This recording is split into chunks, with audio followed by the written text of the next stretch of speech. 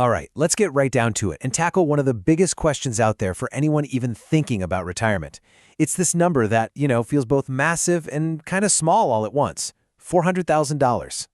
And listen, the stakes here they're incredibly high, right? If you get this decision right, you could be stepping into a life of real freedom, way less stress. But get it wrong, you could be looking at years of financial worry. So let's actually break this down, for real.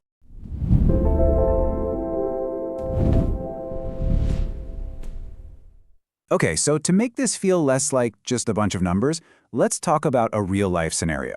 Meet David. Picture this. He's 62, his house is almost paid off, and he's got a solid $400,000 in his 401k.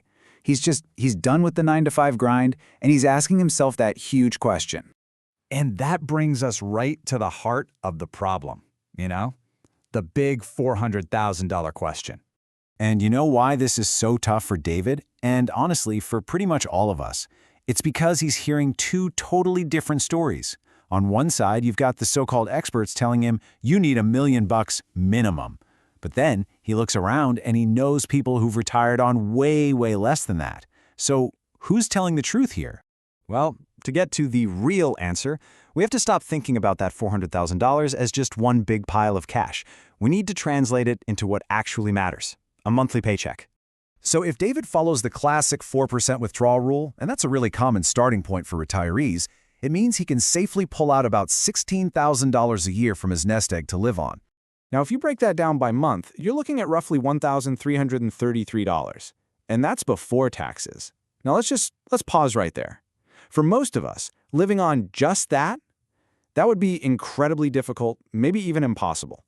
But, and this is a huge but, that is not the whole picture, not even close, because we're forgetting a massive piece of the puzzle, Social Security. Okay, let's do some quick math. Let's say his full retirement benefit at age 67 would have been $2,000 a month. Since he's claiming early at 62, that benefit gets permanently cut down to about 70%. So that gives him around an extra $1,400 a month. Okay, now we're talking. When you add those two things together, the $1,333 from his savings and the $1,400 from Social Security, you get a total monthly income of about $2,700. And suddenly, the whole question completely changes. See, it's no longer is $400,000 enough. The real question becomes, can I live a good life on $2,700 a month? And the answer to that question, well, it has almost nothing to do with the size of your savings and everything to do with your lifestyle. I mean, just look at this example to see how critical lifestyle is. Meet Susan and Robert. They both have the exact same income, $2,700 a month. But Susan, she lives in California, a super high-cost state, and she rents. Her expenses are almost double her income.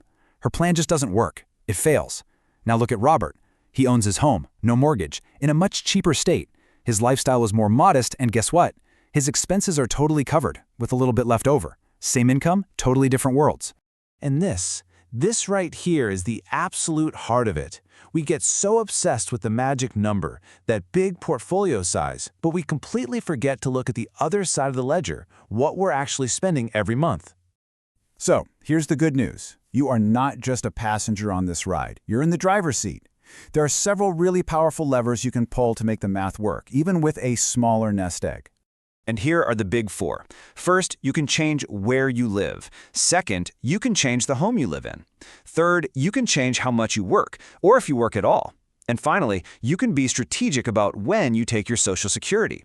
Every single one of these can be a total game changer for your finances. So let's start with location. I mean, just moving from a high-cost state to a lower-cost one can make that $2,700 feel like a lot more money. Some people take it a step further and do what's called geo-arbitrage, moving to a whole other country where their dollars go way, way further. And don't sleep on downsizing. Selling a big family home can unlock hundreds of thousands of dollars in cash, which you can then use to seriously boost your investments. All right, what about the income side? Retirement doesn't have to be this all-or-nothing thing. What if you worked part-time? Earning just an extra $1,000 a month from a passion project or some consulting? That's $12,000 a year you don't have to pull from your savings. That's huge! And timing Social Security is just massive. If you can hold off on claiming until you're 67 or even 70, that monthly check gets permanently bigger, giving you a larger guaranteed income for the rest of your life. Okay, So let's say you've done it. You've lined up your income with your expenses. The final, critical piece of this puzzle is making sure that money lasts. We're talking potentially 25, 30, maybe even more years. And this is where we run into one of the biggest, sneakiest dangers for new retirees. Something called sequence of returns risk. It sounds complicated, but it's simple. If you retire and the stock market tanks in your first year or two, pulling money out of a shrinking portfolio can do permanent damage. It makes it so much harder for your savings to ever bounce back. And on top of that, you've got a few other major things to plan for. First, longevity risk. The happy problem of living a long time and needing your money to last. Then there's healthcare. This is a big one. You've got that gap between retiring at 62 and Medicare kicking in at 65, where you have to pay for your own insurance. And finally, taxes. Remember, every dollar you take out of a traditional 401k or IRA is taxed just like regular income. So, how in the world do you deal with all that? Well, the smartest path is all about balance. A diversified portfolio is key. You need some stocks in there for growth, so your money keeps up with inflation. You need bonds for stability when the market gets choppy. And you need some cash or other safe assets so you can pay your bills without being forced to sell your stocks at the absolute worst time. And you can get even smarter about this. Think about things like flexible spending. Maybe in years when the market is down, you tighten your belt a little bit. And in years when it's booming, you can spend a bit more. Smart tax planning can also make a huge difference, like maybe converting some of your 401k to a Roth IRA during your low-income retirement years to create tax-free money later on. These little moves can make your portfolio feel way bigger than it is. So, let's circle all the way back to the beginning. Can you retire on $400,000?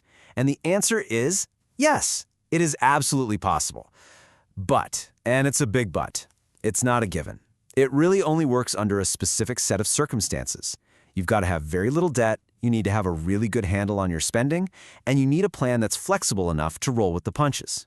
And that really changes everything, doesn't it? In the end, the real question isn't, do I have enough money? It's, how can I design a retirement that my finances can actually support? It's about being the architect of your own future. And once you start asking that question, well, that's when a truly successful retirement begins.